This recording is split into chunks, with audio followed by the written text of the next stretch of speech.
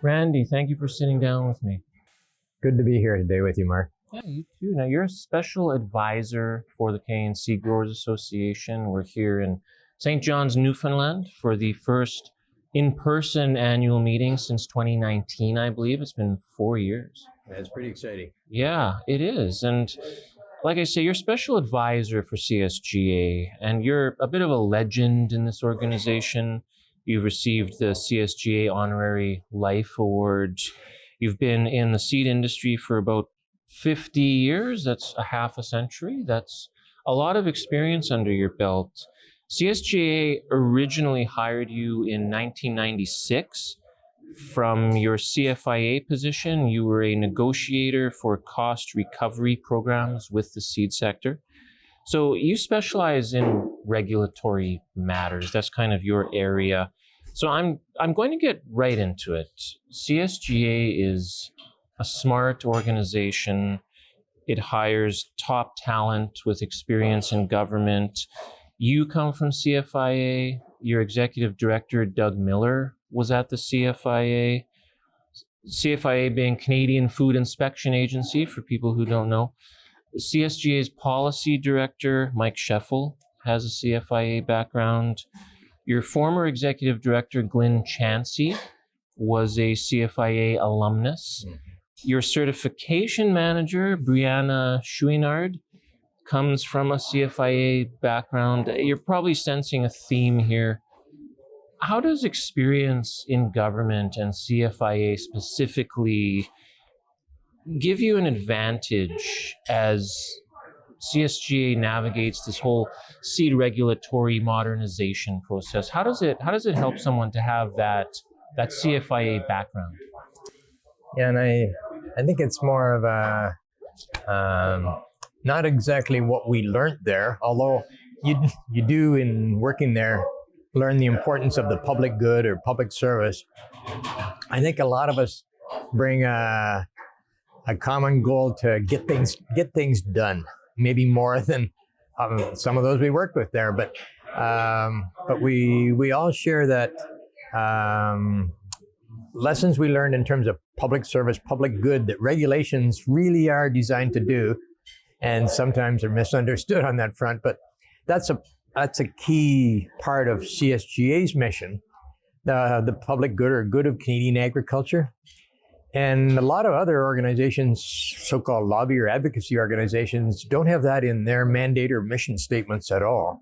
It is part of what makes CSGA unique, that we aren't just working to advantage or benefit our members, but also the good of Canadian agriculture, or that public good thing that we all learned at CFA was part of how regulations should be developed. I think that's probably what most of us would have brought from our CFA experience, and the importance of getting things done. Sometimes working in government in general, not just CFIA, there's so many layers of managers above you that you couldn't get good ideas advanced as fast as you want to, or as fast as you could at CSGA at least. Speaking of getting things done, I mean, when you work in government, you gain a lot of valuable skill. What's the top skill you gained at CFIA that you've brought with you as special advisor to CSGA that's really helped you in that CSGA role? I think managing expectations, especially expectations around timelines on deliverables, because in the business world, that's sort of an assumption or a no-brainer that you need a clear work plan and timelines in order to meet budget requirements, often in the business sector, the private sector. And many of us did have outside private sector experiences that even often before we went to CFIA. And I think that helps us a lot within CSGA too, because even though we're an independent nonprofit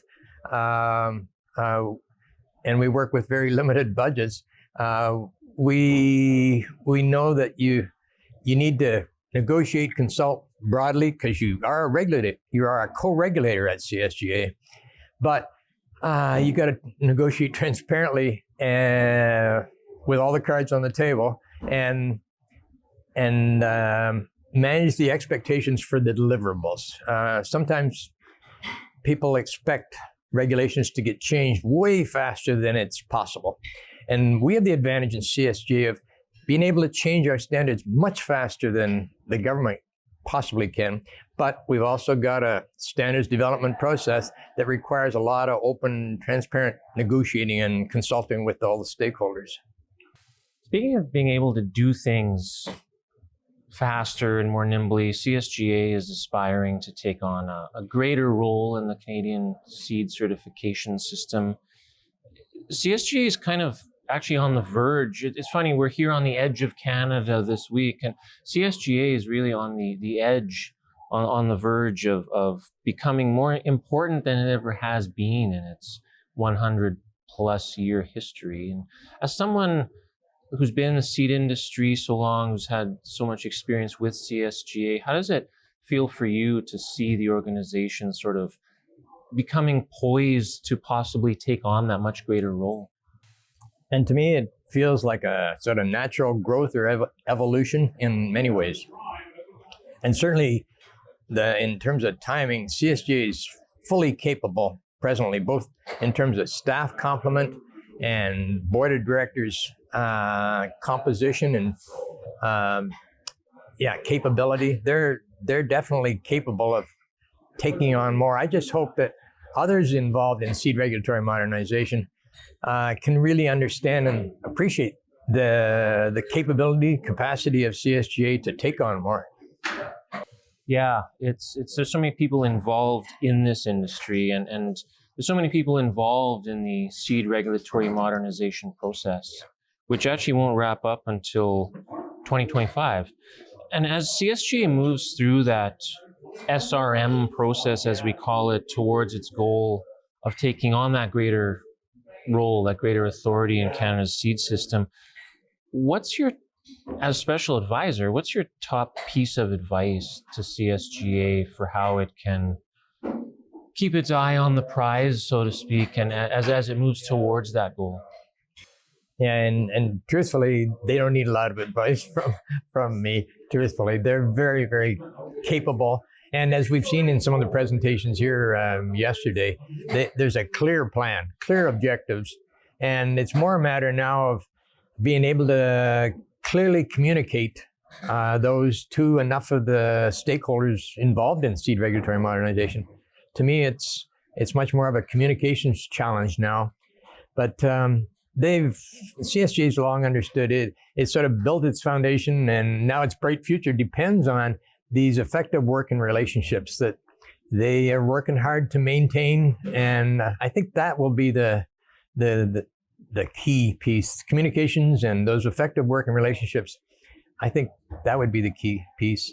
And the problem solvers there at CSGA, they know that their glass is never half empty. It's always half full.